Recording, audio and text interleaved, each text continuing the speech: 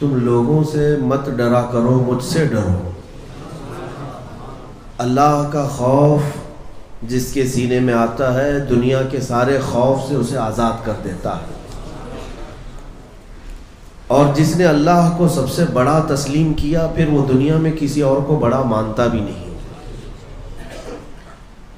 حضور پاک صلی اللہ تعالی علیہ وسلم نے جو سب سے بڑا انقلاب پیدا فرمایا تھا اس کو صحابہ کی زبان سے اگر سنیں گے، جب نجاشی بادشاہ کے دربار میں، عیسائی بادشاہ تھا، چند صحابہ آئے، بادشاہ نے ان سے پوچھا تمہارا رسول ہے کون اور تمہارے رسول کی خصوصیت کیا ہے؟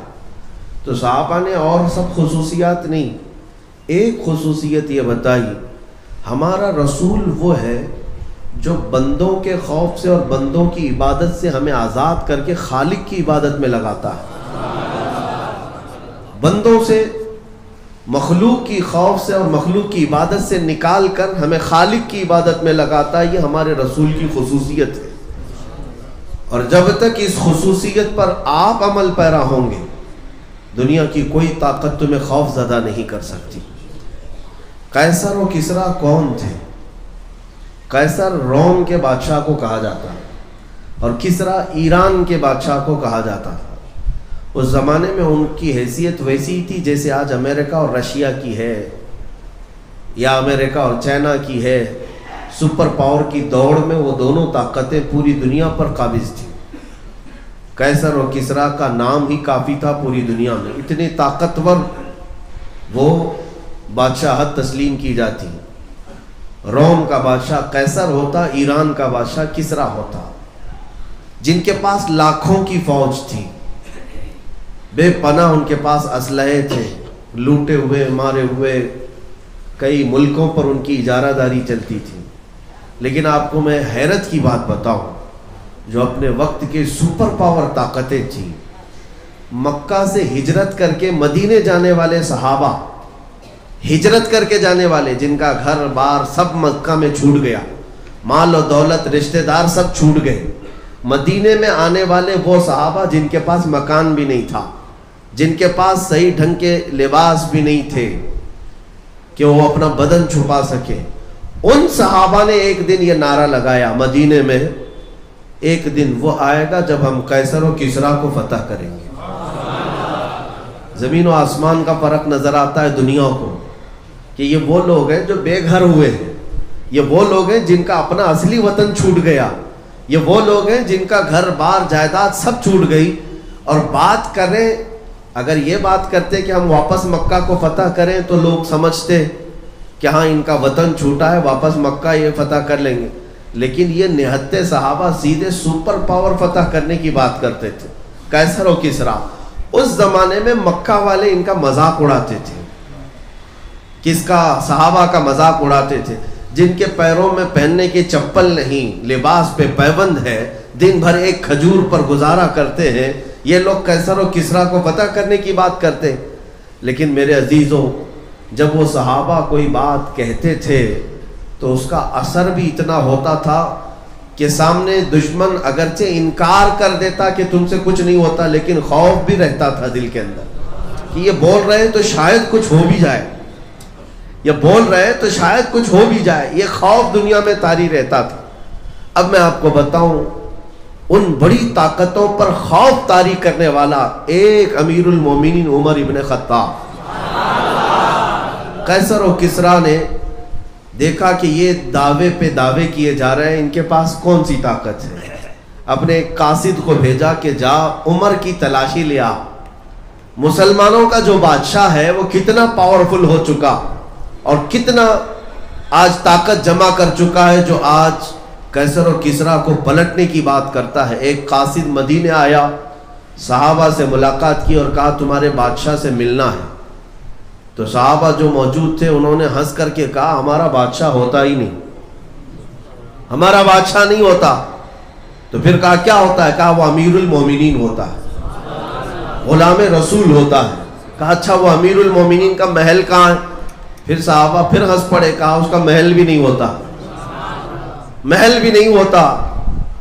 قیصر و کسریٰ کا قاصد آیا ہے، ترجمان آیا ہے، حالات معلوم کرنے کے لیے، مدینے جو پوری دنیا پر پھیل رہی ہے اس جماعت کا حال معلوم کرنے آیا ہے۔ تو صحابہ سے پوچھا اچھا بتاؤ تمہارا امیر ہی کہاں رہتا ہے؟ صحابہ نے کہا مسجد نبوی کے قریب ایک پیپل کا جھاڑ ہے، اس کے نیچے سویا ہوگا، دوپہر کا وقت ہے۔ یہ پتہ کس کا بتایا جا رہا ہے؟ اس عمر ابن خطاب کا جس سے پورا قیصر و کسریٰ تھرا رہا ہے۔ وہ قاصد آیا اور بغور دیکھنے کے بعد اسے اندازہ ہوا کہ واقعی سیدنا عمر ابن خطاب ایک درخت کے نیچے ننگی پیٹھ زمین پر سوئے ہوئے، نہ کوئی باڈی گارڈ ہے نہ سیکورٹی گارڈ ہے، لیکن آپ محو خواب ہیں، آرام کر رہے ہیں۔ قاصد نے دل میں یہ سوچا کہ یہی وہ شخص ہے جس سے ہمارے بادشاہ ڈرے ہوئے ہیں، ہماری پوری فوج میں بہت ساری گرمی اور چہل پہل ہو رہی ہے، اس کو دیکھ کر یہ اکیلا ہے، چاہوں تو میں مار دوں۔ حضرت عمر فاروق کی آنکھ کھل گئی اور کہا جو تو سوچ رہا ہے وہ ہو نہیں سکتا، جو تو سوچ رہا ہے وہ ہو نہیں سکتا، اللہ میری حفاظت میں ہے۔ عزیزان گرامی، یہ کون سی چیز تھی جو انہیں ہر طرح کے خوف سے آزاد کی ہوئی تھی؟ کون سی چیز تھی جو بے خوف دنیا میں جیتے تھے؟ وہ ایک ہی چیز ہے، انہوں نے اپنے دل کو خوف خدا میں بسا لیا تھا، محبت مصطفیٰ میں اپنے آپ کو فدا کر لیا تھا، تو ہر غم سے اور ہر خوف سے آزاد ہو گئے۔ یہی وہ لوگ ہیں جن کے بارے میں قرآن نے کہا الا ان اولیاء اللہ لا خوف علیہم ولا هم يحزنون، آگاہ ہو جاؤ اللہ کے جو دوست ہیں انہیں نہ دنیا میں کسی کا خوف ہوتا ہے نہ آخرت کا غم ہوتا ہے۔ خوف کس بات کا ہوگا؟ آج سب سے بڑا ہمارا ایشو یہی ہے کہ ڈر اور خوف جس میں ہم جی رہے ہیں، حالات ایسے ہیں کہ میرے عزیزو دوسروں کی بات کیا، ایک مولوی صاحب ہمارے بغل میں کھڑے ہونے سے خوف کھا رہے تھے۔ 4 دن پہلے کی بات، ہمارے دوسرے لوگوں نے پوچھا، کہا نہیں فوٹو میں آ جاؤں گا، میرے پر بھی کوئی مسئلہ نہ آ جائے۔ یہ خوف ہے، یہ خوف ہے۔ عزیزان گرامی، میں ہر ایک کے بارے میں نہیں کہتا، لیکن اس خوف کو ڈالا کس نے ہے؟ یہ خوف تمہارے دلوں میں آیا کیوں؟ اس کو بھی حدیث رسول سے اگر میں آپ کو بتاؤں، مشکات ابو داؤد شریف کی حدیث ہے، نبی پاک صلی اللہ تعالیٰ علیہ وسلم نے ارشاد فرمایا ان قریب ایک زمانہ ایسا آئے گا کہ تمہارے دلوں پر اللہ کافروں کا خوف ڈال دے گا، دشمنوں کا خوف ڈال دے گا تمہارے دلوں پر۔ صحابہ نے پوچھا یا رسول اللہ ایسا کیوں ہوگا، ایسا کیوں ہوگا؟ نبی پاک صلی اللہ تعالیٰ علیہ وسلم ارشاد فرماتے ہیں صرف اس لیے ہوگا حب الدنیا و کراہیت الموت، تم دنیا میں بے پناہ محبت کرنے لگ جاؤ گے اور موت سے بھاگنے لگو گے۔ جب یہ 2 چیزیں تمہارے اندر آ جائیں، صرف دنیا دنیا دنیا اور موت سے خوف، موت سے ڈر، تو رب تعالیٰ کے حبیب فرماتے ہیں اللہ تمہارے دلوں پر ظالموں کا خوف ڈال دے گا۔ یہ ہم دیکھ رہے ہیں آج، ارے چلتے ہوئے جلدی سے ٹوپی چھپا لیا کہ کہیں لوگ دیکھ کر کے مجھے نشانہ نہ بنا لیں، جلدی سے داڑھی منڈا لیا تاکہ مجھے لوگ سیکولر کہیں، پورا مسلمان بھی نہ سمجھے پورا کافر بھی نہ سمجھے، بیچ کا سمجھے۔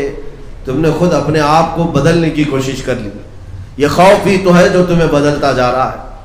آپ ایک سیکولر آدمی بننے کی کوشش کریں، سیکولر کا مطلب منافق بننے کی کوشش کر رہے ہیں، جس کو اپنے ایمان کے اظہار کا شوق ہی نہیں۔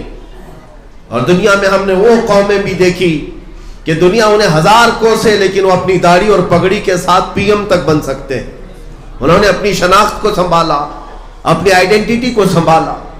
ایک مسلمان ہی ہے جسے یہ خوف جو لاحق ہوا اس کی ایک ہی وجہ ہے، ایک وجہ یہی ہے کہ تم نے نبی پاک صلی اللہ تعالیٰ علیہ وسلم کے مقام و مرتبے کو وہ حیثیت دینا چھوڑ دیا۔ ابھی 2 دن پہلے کی بات ہے، سوشل میڈیا پہ بہت ساری باتیں چلتی رہتی ہیں، میسیجز یہ گردش کر رہے تھے کہ علماء کی عوام جو ہے قدر نہیں کرتی، مسلمانوں میں ہر جگہ جو ائمہ مساجد ہیں وہ محروم ہیں، ان کو لاوارث رکھا جاتا ہے، ان کی تنخواہ نہیں دی جاتی، فلاں ان کے ساتھ برا سلوک ہوتا ہے، بہت ساری باتیں چلتی بھی رہتی ہیں۔ ایک سید زادے وہ بیان کر رہے تھے کہ عوام کا اپنے ائمہ کے ساتھ بہت برا سلوک ہے۔ ہم نے ایک ہی بات کہی کہ اس قوم کے سامنے کیا رونا جو اپنے نبی کو ہی چھوڑ چکی ہو، اپنے امام کو کیا پکڑے، جو اپنے نبی پاک کا امامہ پسند نہ کرے وہ اپنے امام کا جبہ پجامہ کیا پسند کرے، اسے تو کڑنے ہی لگتی ہیں چیزیں۔ اور جو رسول پاک سے سچی محبت رکھتا ہے وہ حضور پاک کی ہر شکل سے بھی محبت کرے گا، ان کے نائبوں سے بھی محبت کرے گا، ان سے ریلیٹڈ ہر چیز سے محبت کرے گا۔ بات یہی ہے میرے عزیزوں، یہ جو حالات آج تبدیل ہوئے بہت تیزی سے، اکثر ہمارے ہاں اینالائز کرنے والے، تجزیہ کرنے والے، بیٹھ کر کے ڈیبیٹ کرنے والے ان باتوں کو لاتے ہیں سامنے کہ مسلمانوں کے ساتھ جو یہ حالات ہیں اس کی ایک بڑی وجہ مخالف پارٹیاں ہیں، گورنمنٹ میں برسر اقتدار آنے والی وہ کٹرواد تنظیمیں ہیں۔ تم ڈاکوؤں کو کیا بلیم کرتے رہو گے؟ بات اتنی ہے کہ ڈاکو کی فطرت ہے ڈاکہ ڈالنا۔ ایک شاعر نے کہا ہے مجھے رہزنوں سے غرض نہیں، تیری رہبری کا سوال ہے۔ چور تو چوری کرتا ہی رہتا ہے، آپ کیا کر رہے تھے اس وقت یہ پوچھا جائے گا۔ آپ اپنے سامان کو بکھرا ہوا چھوڑے ہوئے تھے، ظاہر سی بات ہے اپنے گھر کے آنگن میں آپ اپنا سونا چاندی سارا مال لا کر رکھیں اور گھر میں سو رہے ہوں، چور آ کر چوری کر لے جائے تو گالیاں چور کو دو گے کہ چور میرے گھر کا سامان اٹھا لے گیا؟ بلکہ غلطی تمہاری ہے کہ جس سامان کی حفاظت تم پر ضروری تھی تم نے آنگن میں کیوں اس کا اظہار کیا؟ یہی حالات ہے میرے عزیزوں۔ ان کفار و مشرکین بدبخت اور ظالموں کو ہم کوس رہے ہیں، ان کی عادت آج سے نہیں، ابو لہب سے بھی یہی چلتا آ رہا ہے، ابو جہل سے بھی یہی چلتا آ رہا ہے، یہ کوئی نئی بات نہیں۔ موب لنچنگ آج کے زمانے کی ایجاد نہیں، کوفہ والوں نے کیا موب لنچنگ نہیں کی تھی؟ ایک امام مسلم بن عقیل کو سارے کتوں نے گھیر کر قتل کیا، ان کے سر کو گورنر ہاؤس پر لٹکایا، یہ موب لنچنگ ہی تو تھی۔ ہانی بن عروہ کو قتل کر کے کوفہ کے بازاروں میں گھمایا، یہ موب لنچنگ ہی تو تھی۔ آج کی ایجاد نہیں ہے، یہ پچھلے کئی صدیوں سے ظالم اپنے ظلم پر اور کافر اپنے کفر پر اڑا ہوا ہے۔ سوال صرف تمہارے متعلق آتا ہے کہ تم آج اتنی تیز کیسے بدل گئے؟ اس لیے کہ جب ہماری تعداد 313 414 1000 2000 کی ہوتی لیکن دشمنان اسلام پر ایک ہیبت طاری ہوتی تھی، ایک ہیبت طاری ہوتی۔ میں نے ایک انگریز مفکر کی لکھی ہوئی تاریخ کو دیکھا جس نے صلاح الدین ایوبی کی تاریخ لکھی ہے، وہ جرمن کا رہنے والا یا اٹلی کا رہنے والا۔ اس نے یہ لکھا ہے کہ میں نے پوری تاریخ میں ایسا شخص نہیں دیکھا کہ صلاح الدین کے پاس ایک وقت ایسے حالات آ گئے کہ 12,000 کا صرف اس کے پاس لشکر رہ گیا تھا۔ توجہ چاہتا ہوں، 12,000 کا لشکر رہ گیا تھا اور مقابل میں سارے صلیبی بادشاہ جمع ہوئے اور ان کی فوج جو جمع ہوئی وہ 4 لاکھ کی ہو چکی تھی، اور 4 لاکھ کی فوج وہ صلاح الدین ایوبی کے سر پر لا کر کھڑے ہو گئے۔ اور صلاح الدین کے پاس راستہ کیا تھا؟ یا تو بھاگ جائے میدان چھوڑ کر، یا تو ان سے صلح کر لے اور علاقے دے دے۔ لیکن اس مرد قلندر کو ہزاروں سلام اپنے مجاہدین سے پوچھا کہ تم تعداد دیکھ رہے ہو 4 لاکھ کی اور ہم 12,000 ہیں، اگر ملٹیپل کیا جائے تو پتہ نہیں کتنے گنا ہو بڑھ جائے، کئی گنا بڑھ جائے۔ صلاح الدین ایوبی کے ساتھ جو مجاہدین اسلام تھے، جو نوجوان تھے، انہوں نے صرف اتنی بات عرض کی کہ صلاح الدین آپ ہم سے اجازت کس بات کی لے رہے ہیں؟ کیا اسلام میں آج تک کبھی تعداد دیکھ کر کے جنگ کی گئی ہے؟ اگر تعداد دیکھ کر جنگ کرنی ہوتی تو رسول اللہ بدر میں کبھی نہیں جاتے۔ اگر تعداد ہی کا مسئلہ ہوتا تو خندق اور احد میں حضور جاتے ہی نہیں، ہر جگہ لوگ دشمنوں کی ہی میجورٹی تھی۔ اے صلاح الدین، ہمارے 12,000 پر ہمیں نہ یقین ہے اور نہ ان 4 لاکھ کا ہمارے اوپر خوف ہے۔ اس میدان میں ہمارے ساتھ جو کچھ بھی ہے وہ اللہ کا بھروسہ ہے، اللہ کی ذات پر بھروسہ ہے۔ مومنوں، اس بھروسے اور توکل کو چھوڑے بیٹھے ہو۔ آج کروڑوں کی تعداد تمہاری ہے لیکن ڈرے سہمے ہوئے۔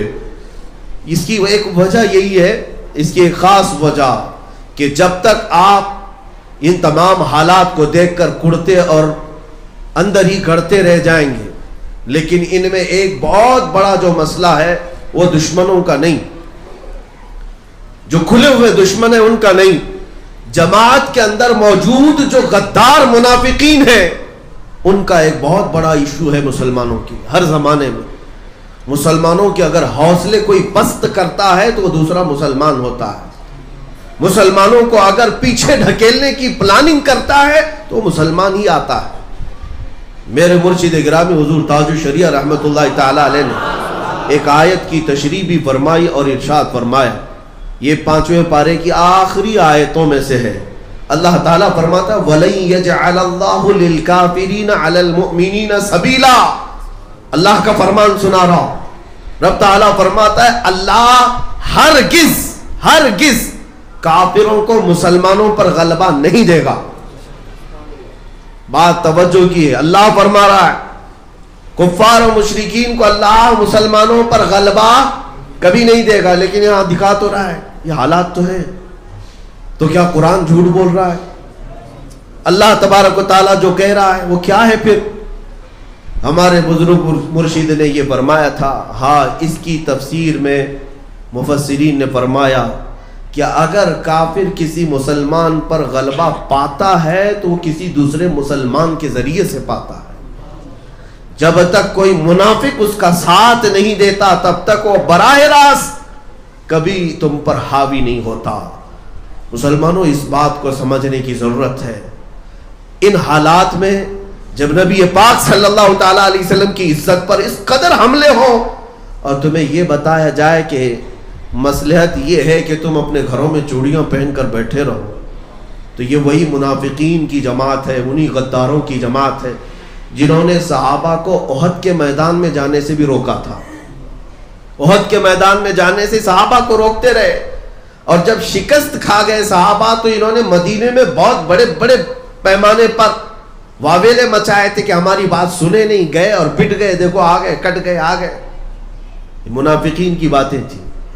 اللہ تبارک و تعالیٰ منافقین کو ظاہر فرمانا چاہتا تھا، وہ احد میں جانے کے تیار نہیں تھے۔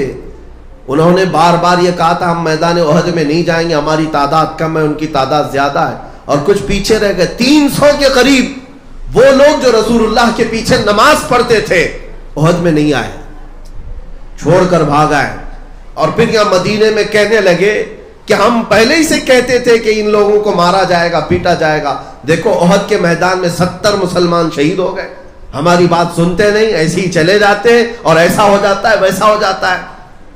یہ جو پیٹرن ہے نا یہ آج بھی چلتا ہے، آج بھی چلتا ہے کہ ہم تو بولے تھے، پہلے ہی سے بولے تھے، کائے کو اس میں سر کھپانے کی ضرورت تھی، دیکھا مارا گیا ہے، پیٹا گیا ہے، کیسوں میں اندر چلا گیا، کیا ضرورت تھی اس کو؟ منافقوں تمہیں پتہ نہیں ہم اگر پیٹے جاتے ہیں تو صرف نبی پاک کے نام پر۔ تم کیا سمجھتے ہو حضور کی عزت کی بات کرنا اور گھر میں بیٹھ کر صرف نعرے لگانے کا نام محبت ہے؟ ہاں محبت اس وقت ہوگی جب بلال حبشی کی طرح تم بھی میدان میں گھسیٹے جاؤ، خبیب ابن عدی کی طرح تم بھی سولی پر چڑھائے جاؤ، تب پھر تو امتحان ہوگا، تب پتہ چلے گا۔ عزیزان گرامی وقار، میں آج آگاہ اس بات سے کرنا چاہتا ہوں کہ ان منافقین کی چھتر چھایا سے بھی باہر نکل آؤ، ان غداروں کی جماعتوں سے باہر نکل آؤ جو دائرہ اسلام میں رہ کر اسلام کو جتنا نقصان پہنچانے کی کوشش کرتے ہیں وہ کفار و مشرکین سے بھی اتنا نقصان نہیں ہوتا ہے۔ آپ نے دیکھا کہ باضابطہ طور پر مسلمانوں میں ایسے لوگ پالے جاتے خریدے جاتے ہیں، ان کے چہرے پر داڑیاں بھی رکھوائی جاتی ہیں، ان کو جبے کبے بھی پہنائے جاتے ہیں، اور پھر یہ زر خرید ٹٹو وہ ہے جو مومنین کے حوصلے پست کرنے کے لیے لائے جاتے ہیں، اور وقت آتا ہے تو یہ بدل بھی جاتے ہیں۔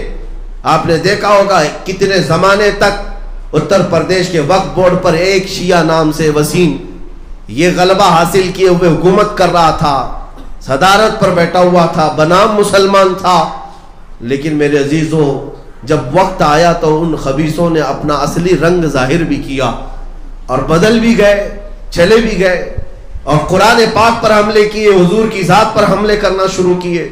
یہ وہی لوگ ہیں جو زر خرید ہیں، بکے ہوئے ہیں، ان کے ناموں پر کبھی نہ جائیں۔ اس لیے میں آپ کو تنبیہ یہ کروں گا کہ اگر حضور پاک صلی اللہ تعالی علیہ وسلم سے سچی پکی عقیدت و محبت ہے تو پھر دنیا داری نہ دیکھو، حضور کی عزت سب سے پہلے منبر پر ہو. ہماری سب سے پہلی پرائیورٹی یہ ہو کہ نبی پاک کے لیے کوئی بھی چیز ہم سہ سکتے ہیں، برداشت کر سکتے ہیں. اور اگر آج اس بات میں سیریس نہیں ہوئے تو پھر کل جو ہونے والا ہے وہ اور بھی خطرناک ہے، اور بھی خطرناک ہے. آج ملکی حالات پر مجھے بڑا افسوس بھی ہے، اتنی تیزی سے یہ حالات یوں نہیں بدلے. غالباً آج سے 8 سال پہلے میں اسی سرزمین سے چیخ رہا تھا کہ ایک وقت آئے گا جب تمہاری ماں اور بہنوں کو بازار میں لا کر نیلام کر دیا جائے گا، تم کچھ بھی نہیں کر سکو گے. امام غزالی کا فرمان میں نے سنایا تھا کہ حضور کی توہین برداشت کر کے خاموش رہنے والی قوم کے ساتھ یہ ہوگا، اور تمہارے بچوں کو مار دیا جائے گا، تم کچھ نہیں کر سکو گے. 7-8 سال نہیں گزرے، وہ آج حالات ہماری آنکھوں کے سامنے، ہماری ماں اور بہنوں کے ساتھ جو کچھ بھی ہو رہا ہے وہ سب آپ دیکھ رہے ہیں. آپ کو پتا ہے کتنے ایسے یہاں پر آئی ٹی سے تعلق رکھنے والے جانتے ہوں گے باضابطہ ایپلیکیشن بنا کر جس میں مسلمان عورتوں کی ڈیل کی جا رہی ہے، مسلمان عورتوں کے اس میں بایو ڈاٹا رکھ کر کے انہیں نیلام کیا جا رہا ہے. اس عورت کے 50,000 قیمت ہے، اس کے 1 لاکھ قیمت ہے، اس کی 2 لاکھ قیمت ہے، اس میں ساری مسلمان عورتیں ہیں. یہ سب کون کر رہا ہے؟ یہ سلی ڈیل بلی ایپ، یہ جو نام سے مارکیٹ میں ایپلیکیشن دیے گئے ہیں، میرے عزیزوں سائبر کو سب پتا رہتا ہے. ایک ایپ کو ڈاؤن لوڈ، ایک ایپ کو رجسٹر کرنے کے لیے جب تک پرمیشن نہیں دی جاتی رجسٹر ہوتا نہیں ہے، سب پتا ہے. لیکن یہ باضابطہ پری پلان ہوتے جا رہے ہیں. کون کون سی چیزیں آج 8 سال کے بعد میں دیکھ رہا ہوں کہ ہماری ماں اور بہنوں کی عزت سلامت نہیں ہے. باضابطہ کوئی ایک سنگٹھن اعلان کرتی ہے کہ تم مسلمان عورتوں کو اپنی بہو بناؤ، 2.5 لاکھ روپے ہم سے لے لو، 5 لاکھ روپے ہم سے لے لو. یہ ساری چیزیں کیا آپ نہیں سن رہے ہیں؟ باضابطہ طور پر ابھی ایک رپورٹ میں 8 لاکھ مسلمان بچیوں کی بات بتائی گئی کہ انہیں مرتد بنایا گیا، مندروں میں لے جا کر ان کے ساتھ شادیاں کی گئی. ان میں سے کئی ایسی ہیں صرف اور صرف مزہ چک کر کے انہیں چھوڑ دیا جاتا ہے، مار دیا جاتا ہے، انہیں قتل کر دیا جاتا ہے. ایک بار جب دھبا لگ جاتا ہے تو اسے اپنی قوم بھی نہیں قبول کرتی. اور پھر وہ ایسی، میں آج سے 1 سال پہلے کی بات بتاؤں، دلی میں ایک صاحب اب بھی موجود ہیں، انہوں نے یہ بات رو کر کے ہم سے کہا کہ کئی مسلمان بچیاں ایسی ہیں جن کی میری دبئی میں ملاقات ہوئی، دبئی میں ملاقات ہوئی، روتی رہیں. اور ان کا حال کیا تھا؟ کہا ہمارا صرف افیئر تھا کالجز میں یا باہر، اور کچھ نان مسلم کے ساتھ افیئر کر کے ہم اپنے گھروں سے مخالفت لے کر ان کے ساتھ بھاگ آئیں. انہوں نے شادی تو کیا لیکن چند ہی دنوں کے بعد ہمیں یہاں لا کر بیچ دیا. اب تک ہم کوٹھے پر بیٹھی ہوئی ہیں، ان کے ماں باپ کو خبر تک نہیں ہے، کئی تو مر گئی. میرے عزیزوں یہ حالات کیوں ہوئے؟ یہی وہ امام کی بات یاد آتی ہے، تم نے نبی پاک کی عزت پر جو خاموشی اختیار کی تو پھر تمہارے گھروں کی عزت کب سلامت رہنے والی ہے؟ تم کیا سمجھتے ہو یہ صرف چند گھروں کی لوٹ مار ہے؟ یہ چنگاریاں ہر گھر تک پہنچیں گی، ہر گھر تک پہنچیں گی. آج آپ کو ایسا لگتا ہے کہ اتر پردیش والے کٹر لوگ ہیں، وہاں صرف گوشت کے نام پر مار دیتے ہیں. ارے وہ زہریلی ہوا یہاں پہنچنے میں ٹائم نہیں لگنے والا ہے، وقت نہیں لگے گا. اب تک تو کرناٹک، کیرلا کو ایجوکیٹڈ سٹیٹس میں بتایا جاتا تھا، یہاں کے لوگ سیکولر دماغ والے ہیں اور سب مل جل کر رہتے ہیں، یہاں فسادات نہیں ہوتے. لیکن آج پوری دنیا میں حجاب کا مسئلہ اگر چھڑا ہے تو یہ ہماری زمین ہے. یہیں سے یہ کٹر واد کہاں سے آئے، یہ ان کے اندر زہر اور نفرت کہاں سے آئے؟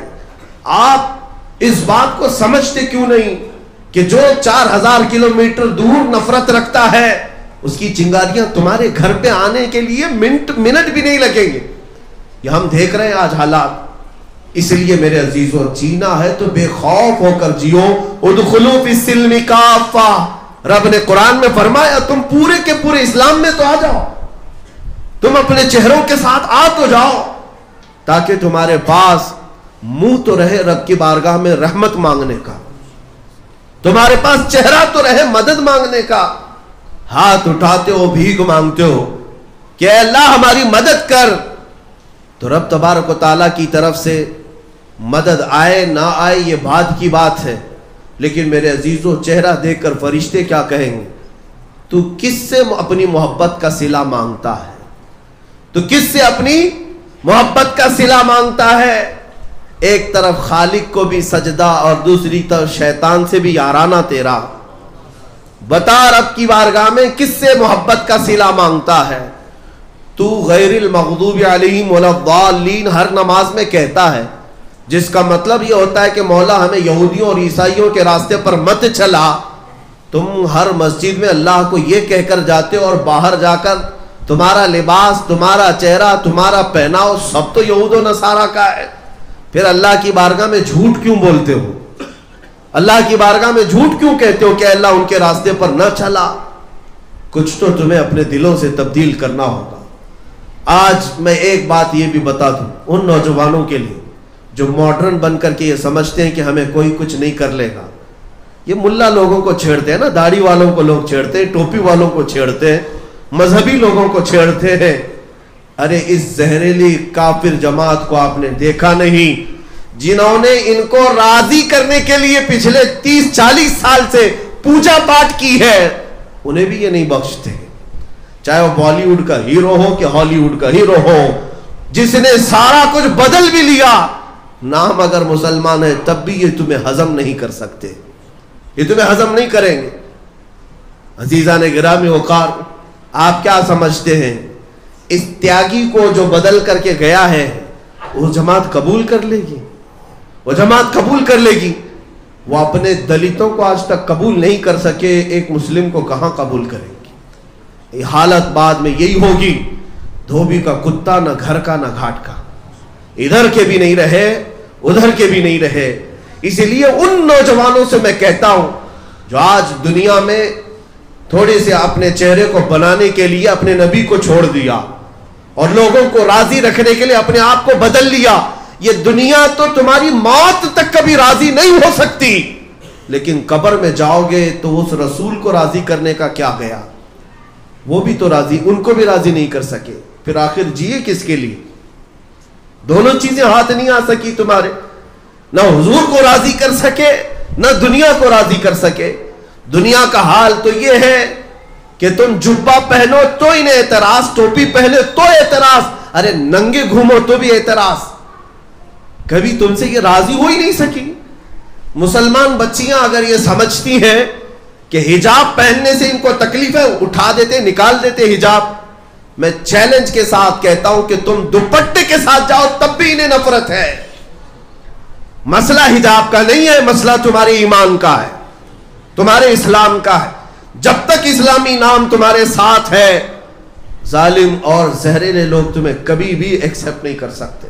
اس لیے میرے مولا کے فرمان پر آ جاؤ, ادخلوا فی السلم کافہ, پورے کے پورے اسی گھر میں کیوں نہیں داخل ہو جاتے؟ چوکھٹ پر کھڑے ہو, ایک پیر ادھر ایک پیر ادھر کر کے, آ تو جاؤ, ساری بارشوں سے مولا تمہیں خود بچا لے گا. اسی لیے امام اہل سنت فاضل بریلوی نے بھی کہا تھا, آج لے ان کی پناہ آج مدد مانگ ان سے, آج لے ان کی پناہ آج مدد مانگ ان سے, کل نہ مانیں گے قیامت میں اگر مان گیا. وہاں تو سب ماننے کے لیے تیار کھڑے ہوں گے, لیکن کمال یہ ہے اے مومن, حضور کو آج ہی مان لے, آج ہی ان کو اپنا آقا و مولا تسلیم کر لے, آج ہی ان کو اپنا داتا و والی سب تسلیم کر لے, آج ہی اس حضور کے قدموں پر قربان ہونے کے لیے تیار ہو جا. ہم نے عزتیں دیکھی ہیں حضور کے قدموں میں, ہم نے عزتیں دیکھی ہیں حضور کے دیوانوں کی, ہم نے عزتیں دیکھی ہیں حضور کے غلاموں کی. وہ جس کائنات میں بھی گئے ہیں, انسان تو انسان, درند و چرند و پرند بھی ان کے لیے پر بچھاتے ہیں. یہ تو مخلوقات کی بات ہے دنیاوی, اللہ کے ملائکہ بھی اس غلام مصطفیٰ کو سلام بھیجا کرتے ہیں. عزت تو ہم نے دیکھی ہے اس نبی کے دامن میں, عزت تو ہم نے دیکھی ہے ان کے قدموں میں. ایک امریکہ کا بڑا پروفیسر ہے, وہ بڑے راگ الاپ رہا تھا کہ ہم نے وہ کر دیا, پیٹرول میزائل بنا دیا, ہم نے بڑی بڑی کمپنیاں ایسی بنائی کہ ہم نے موبائل بنا دیا, کمپیوٹر بنا دیا, ایسے مشینیں بنائی کہ ہم نے سورج کی روشنیوں کو قید کر کے کرنٹ بنا دیا، زمین کے سیال مادے کو نکال کر کیمیکل بنا دیا، دنیا میں کیا نہیں بنایا ہم نے۔ ایک مومن عالم دین نے کہا آپ نے سب کچھ بنایا ہے، میں آپ سے ایک چیز کا سوال کرتا ہوں، مجھے آپ سے ایک ایسا آدمی چاہیے، ایک ایسا آدمی چاہیے جس کی دو انگلیوں کے بیچ سے اوپر دیکھے تو عرش خدا تک نظر آئے اور نیچے دیکھے تو تحت الثری تک نظر آئے۔ تو وہ کہنے لگا ہاں ایسا بھی کوئی ہوتا ہے، ایسا بھی کوئی ہوتا ہے؟ کہا ہاں ہوتا ہے، خواجہ غریب نواز کا پیر و مرشد ہوتا ہے۔ اس غریب نواز کے آنکھوں پر دو انگلیاں رکھ کر کے خواجہ عثمان ہارونی نے کہا تھا بیٹا معین الدین اوپر دیکھو کیا کیا دکھتا ہے۔ معین الدین نے کہا پہلا، دوسرا، تیسرا، چوتھا، پانچواں، چھٹا، ساتواں، عرش خدا تک سب نظر آ رہا ہے اور زمین کے ساتوں طبق کے ساتھ تحت الثری تک نظر آ رہا ہے۔ اس امریکی پروفیسر سے اس عالم ربانی نے کہا بس مجھے ایک انسان ایسا چاہیے آپ کی فیکٹری کا، ایک انسان ایسا چاہیے۔ اس نے کہا ہم مشینیں بناتے ہیں، انسان نہیں بنتے۔ کہا پھر انسان کہاں بنتے ہیں؟ وہ صرف گنبد خضرا کی چھاؤں میں بنتے ہیں۔ انسان جو بنتے ہیں وہ گنبد خضرا کی چھاؤں میں بنتے ہیں، ٹوٹی چٹائی پر بھی بیٹھے تو لوح محفوظ کا مطالعہ کرتے ہیں۔ یہ صرف اور صرف یہاں ہوتا ہے۔ تم کیا سمجھتے ہو کہ مشینیں بنانے والا انجینئر بہت ٹاپ پر پہنچ گیا؟ میرے عزیزو دنیا کے میٹل پر تو یہ ترقی کر لیا، اپنی روح کی ترقی کر نہ سکا، اپنے آپ کی ترقی نہ کر سکا۔ لیکن ہم نے اس بارگاہ مصطفیٰ میں آنے والوں کو دیکھا ہے، وہ بلال جو زندگی بھر مکہ کے بڑے بڑے امیروں کے غلام رہے، آزاد ہو کر مصطفیٰ کے قدموں میں کیا آئے، 6 سال نہیں گزرے تھے، وہی بلال ہے جسے مکہ کی گلیوں میں گھسیٹا جاتا تھا، فتح مکہ کے دن کعبے کی چھت پر چڑھایا گیا۔ یہ ہے عزت، اس سے بڑی اور کیا عزت چاہیے؟ ہم نے عزت دیکھی ہے حضور کے غلاموں میں، ہم نے عزت دیکھی ہے رسول اللہ کے قدموں میں۔ آپ 1000 پاؤڈر لالی لگا کر کے نوجوان آئے، ہینڈسم بن کر کے دکھائے، تمہاری جوانی میں ہو سکتا ہے تم چمک لوگے، ہو سکتا ہے تمہاری جوانی میں جب تک جسم محفوظ ہے، تمہاری باڈی سلامت ہے، تم لوگوں کو دکھا کر کہہ سکتے ہو میں سمارٹ ہوں، ہینڈسم ہوں۔ عمر ڈھلنے دو، تھوڑی عمر جائے گی، چہرے پر جھریاں، کمر ٹیڑھی ہو جائے، بالوں میں سفیدی آئے، آنکھوں کی بینائی کم، دانت ہلنے لگے، دنیا تو چھوڑو دیکھنا ہی چھوڑ دے گی، تم خود اپنا آئینے میں منہ دیکھنا چھوڑ دو، تمہیں خود اچھا نہیں لگے گا میں کیسا تھا اب کیسا ہو گیا۔ دنیا تو چھوٹ ہی جاتی ہے، اچھے اچھوں کو دنیا چھوڑتی ہے۔ یہ دنیا حسن کی پیروکار ہے اگر، تو جب تک حسن ہے دیکھتی ہے، گیا حسن تو سب ختم۔ نہ جوانی میں لڑکیاں نہ جوانی میں لڑکے جو عروج پر تھے وہ بڑھاپے میں کوئی مقام نہیں رکھتے، ان کی کوئی عزت باقی نہیں رہتی۔ اب ان کے ارد گرد وہ جھمیلے نہیں ہوتے، سب ختم ہو چکا ہوتا ہے، اس لیے کہ دنیا میں انہوں نے اپنی عزت تلاش کی تھی۔ تو جب تک تھی دنیا عزت مل رہی تھی، لیکن جنہوں نے رسول اللہ کے قدموں میں عزت ڈھونڈی، حضور پاک کے قدموں میں جنہوں نے عزت ڈھونڈی، میرے عزیزو ہم نے دیکھا ہے ان غلاموں کی اگر عمر 70-80 سال کی بھی ہو جائے، 70-80 سال کی بھی ہو جائے، ایک عالم ربانی کی عزت میں اور خوبصورتی میں کوئی کمی نہیں آتی، کوئی کمی نہیں آتی۔ ہم نے اپنے مرشد حضور تاج الشریعہ کو دیکھا، میرے عزیزو جن کی عمر 75 سال کی ہو گئی، آج حضور شیخ الاسلام مدنی میاں صاحب موجود ہیں، ادام اللہ اتبانو، اللہ اور لمبی عمر کرے۔ محدث کبیر علامہ ضیاء المصطفیٰ صاحب موجود ہیں، ان کی عمریں اب 80 کو کراس کر چکی ہیں، 80 کو کراس کر چکی ہیں۔ میں نے دیکھا ہے انہیں اگر سب سے زیادہ کوئی دیکھتا ہے تو وہ سب سے زیادہ نوجوان طبقہ دیکھتا ہے۔ اے نوجوانوں میں تم سے پوچھتا ہوں، یہ بوڑھے کیا تمہیں خوبصورت لگتے ہیں؟ ان کے دلوں سے پوچھو، یہ خود بتائیں گے ہزاروں کا حسن ایک طرف، اس مرشد کا حسن اپنی طرف، اس لیے کہ انہیں جو حسن ملا ہے وہ دنیا سے نہیں، وہ حضور کے قدموں سے ملا ہے۔ یہ عزت نہ کم ہوتی ہے اور نہ گھٹتی ہے، بلکہ ہر عمر کے بعد بڑھتی ہی جاتی ہے۔ یہاں ہوتا ایسا ہے کہ ریٹائرمنٹ ملتی ہے دنیا میں، 60 سال کے بعد آپ گھر بیٹھو، اس لیے کہ آپ دماغ سٹیا جائے گا، الٹے سیدھے فیصلے کرو گے۔ بہت زیادہ بوڑھے ہو گئے تو ان کو لوگ پوچھنا چھوڑ دیتے، ارے میاں بوڑھا ہو گیا, پگلا گیا, سٹیا گیا, کیا کیا باتیں کرتا ہے. یہ دنیا کے حالات ہیں. لیکن میں دین کی بات بتاؤں, حضور کے غلاموں میں جو جتنا بوڑھا ہوتا ہے اسی سے فیصلے کرائے جاتے ہیں. جتنا بوڑھا ہوگا اتنے ہمارے اکابرین میں سے ہوگا, جتنی عمر والا ہوگا اتنے ہی زیادہ اس کے مقامات بڑھتے چلے جاتے ہیں. لیکن بحمدہ تعالی حضور کے غلاموں میں ایک کو بھی میں نے پاگل ہو کر مرتے ہوئے کبھی نہیں دیکھا, پاگل ہو کر مرتے ہوئے نہیں دیکھا. اعلیٰ حضرت فاضل بریلوی رضی اللہ تعالیٰ 25 صفر کا دن ہے جس دن ان کا انتقال ہو رہا ہے. وہ کئی دن سے نزع کے عالم میں تھے, وہ نزع کے عالم میں تھے. سکرات کسے کہتے پتہ ہے؟ باپ بیٹے کو نہیں پہچانتا, بیوی کو نہیں پہچانتا, سکرات اسے کہتے ہیں. جمعہ کا دن ہے, 2:38 پر آپ کا انتقال ہوا, مشہور ہے. لیکن اسی دن کی بات ان کے شاگرد صدر الشریعہ کہتے ہیں. اعلیٰ حضرت کے شاگرد ہیں حکیم امجد علی خان رحمۃ اللہ علیہ, کہتے ہیں میں دارالافتاء میں فتویٰ لکھ رہا تھا, مجھے ایک عبارت نہیں مل رہی تھی کس کتاب میں, ریفرنس مجھے چاہیے تھا. لیکن اعلیٰ حضرت بیمار تھے, کئی دنوں سے بیمار تھے. لیکن میرے بس کا بھی کام نہیں تھا, لائبریری ڈھونڈ ڈھونڈ کر تھک گیا, مجھے مل نہیں رہی تھی. سوچا کہ ایک بار زحمت دے دوں. آئے, یہ 12 بجے یا 11 بجے کا وقت تھا جمعہ کا, اذان سے پہلے کی بات ہے. اندر آئے تو عورتیں موجود تھیں, عورتوں کو گھر میں بھیجا گیا. اعلیٰ حضرت سے کہا گیا آپ کے شاگرد صدر الشریعہ آئے. اعلیٰ حضرت نے انہیں آنے کی اجازت دی. کہا مولانا کیسے آئے؟ کہا کہ حضور ایک فتویٰ لکھ رہا تھا اور اس میں ایک لائن مجھے نہیں مل رہی کس کتاب میں. اعلیٰ حضرت نے کہا جاؤ فتاوی شامی جلد نمبر 6 صفحہ نمبر اس پر یہ لکھی ہوئی.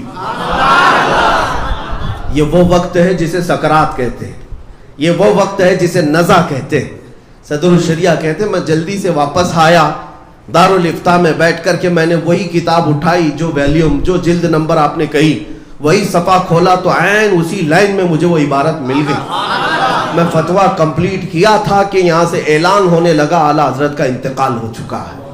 میرے عزیزوں, یہ بات میں نے اس لیے عرض کی کہ دنیا کے اندر ہوس میں رہنے والوں کو ہم نے دیکھا, ان کے جانے کا وقت کیا ہوتا ہے, وہ اپنے عزیزوں کو بھول جاتے ہیں, وہ اپنوں کو نہیں پہچان پاتے. لیکن جو رسول اللہ کے قدموں میں فنا ہو گیا, آخری سانس تک مولا اس کے دماغ کی بھی حفاظت کرتا ہے, اس کے عقل کی بھی حفاظت کرتا ہے, اس کے حسن کی بھی حفاظت کرتا ہے. اسی لیے ان کی مان لو, آج لے ان کی پناہ, آج مدد مانگ ان سے, کل نہ مانیں گے قیامت میں اگر مان گیا. اے مومنو, اتنا اپنی زندگی کا خاصہ بنا لو, انہیں جانا انہیں مانا, نہ رکھا غیر سے کام, للہ الحمد میں دنیا سے مسلمان گیا. آج کے ان حالات کا سب سے بڑا جو حل ہے وہ یہی ہے کہ حضور کے قدموں میں آ جاؤ. ادخلوا فی السلم کافہ, پورے کے پورے مسلمان تو ہو جاؤ. تم اپنے گھروں سے انقلاب شروع کرو. عورتوں کے حجاب کے لیے آج جو آوازیں اٹھائی جا رہی, ان درندوں کو ضرورت کس بات کی کہ ہم جو پہنے, تمہیں کیا فرق پڑتا ہے؟ تم ننگے بھی رہتے ہو تو ہم کہاں کہنے جاتے ہیں؟ تم کیا کہتے ہو, کیا کھاتے ہو, کیا پیتے ہو, ہم نے کبھی کہا؟ کبھی کسی نے پیشاب پی لیا, گوبر کھا لیا, ہمیں کچھ فرق نہیں پڑتا. ہمیں کیا فرق پڑتا ہے؟ آزاد ملک ہے, تم جو کھانا چاہو, جو پینا چاہو کہو. لیکن ان درندوں کو تکلیف ہر مسلمان سے ہوتی ہے. تم گوشت نہیں کھا سکتے, تم ٹوپی نہیں پہن سکتے, تم داڑھی نہیں رکھ سکتے, تم دوپٹہ نہیں اوڑھ سکتی, وہ حجاب نہیں پہن سکتی, ایک ٹیچر لب پہ آتی ہے دعا نہیں پڑھ سکتا, ایک مسجد کا امام تنہا سفر نہیں کر سکتا. حالات ابھی گجرات میں ایسے ہیں کہ ایک صاحب ہمارے ساتھ رہتے ہو, کہتے ہیں میں گاؤں میں گیا تو پورے گاؤں والوں نے گھیر کر کہا آپ سے خرید و فروخت ہمارے لیے جائز نہیں, ہمارے مکھیا نے اعلان کر دیا مسلمان سے خرید و فروخت نہیں ہو سکتی. یہ زہر ہے, یہ زہر ہے. میرے عزیزو, انہیں قرآن پسند نہیں, انہیں رب ذوالجلال کے نام پسند نہیں, حضور پاک کا نام پسند نہیں, ہر چیز ہماری ناپسند ہے. تو پھر تم کس کے پیچھے لگے ہوئے؟ قیامت کے دن اللہ کی بارگاہ میں جواب دینا ہوگا. جو قوم دشمنی میں تل رہی تھی, تم اس کو راضی کرنے کے لیے آگے پیچھے گھوم رہے تھے. اے مسلمانوں, آج اگر کسی کو راضی کرنا ہے تو وہ مولا کو راضی کر لو. وہ صرف ایک سجدے میں راضی ہوتا ہے. اس رسول کو راضی کر لو جو ایک درود میں راضی ہوتا ہے. اور اس دنیا پر پوری طاقت بھی جھونکو، یہ نہیں راضی ہوگی تم سے، یہ راضی نہیں ہوگی۔ حجاب کے مسئلے کو آپ یہ سمجھ رہے پروٹیسٹ کرنے سے ختم ہو جائے گا، ہم اپنی طاقت دکھائیں گے؟ نہیں میرے عزیزو، عہد تو یہ کرو، غلطیاں ہمارے گھروں سے تھی، اب ہماری ہر بچی حجاب میں آئے گی، ہماری ہر بچی حجاب میں آئے گی، اب پابندی کرو، اور اس کے بعد دیکھو پھر اللہ تعالیٰ کی مدد کیسی ہوتی ہے۔ ایک بار جب تمہیں حکم دیا مولا نے کہ اس طرح سے تم ڈھل جاؤ میرے نبی کے اخلاق میں، پھر ہوگا کیا؟ کفر دم توڑ دے گا ٹوٹی ہوئی شمشیر کے ساتھ، کفر دم توڑ دے گا ٹوٹی ہوئی شمشیر کے ساتھ، گر تم نکل آؤ ایک بار نعرہ تکبیر کے ساتھ۔ بس اتنی ضرورت ہے، تم صرف ایک نعرہ بھی لگاؤ تو کئی لوگوں کے چولہے ہل جائیں، کئی لوگوں کے تخت ہلنے لگے، لیکن اس نعرے کی بات کر رہا ہوں میں جو ایمان کے ساتھ نکلے، جو رسول پاک کی محبت میں نکلے، جو اخلاص کے ساتھ نکلے۔ ہم نے آج بھی دیکھا ہے ایک صدائے اللہ اکبر میں اتنی طاقت ہے کہ مولا اگر چاہے تو پوری دنیا کے لوگوں کے دلوں میں بزدلی کو ختم فرما دے۔ اس رب ذوالجلال کے نام میں وہ پاور ہے کہ ایک بھی تم ہو اگر صرف یہی تو بات تھی، ہم دیکھ رہے ہیں رب ذوالجلال کے نام ہی کی تو برکت ہے کہ 40 کتے بھی میری ایک بہن کا کچھ نہ کر سکے، ارے وہ کراٹے مین نہیں تھی، کراٹے وومن نہیں تھی، اور نہ ہی جو ہے طاقت بنائی ہوئی کوئی خاتون تھی۔ ہاں ہمارے پاس جو طاقت ہے وہ اللہ اکبر کی طاقت، ہمارے پاس جو طاقت ہے۔ جنگ یرموک میں جانتے ہو حضرت ابو بکر صدیق نے کیا نعرہ لگوایا تھا؟ کہا تھا کہ اپنوں اور غیروں کو پہچاننے کے لیے ایک ہی نعرہ، یا محمد یا رسول اللہ۔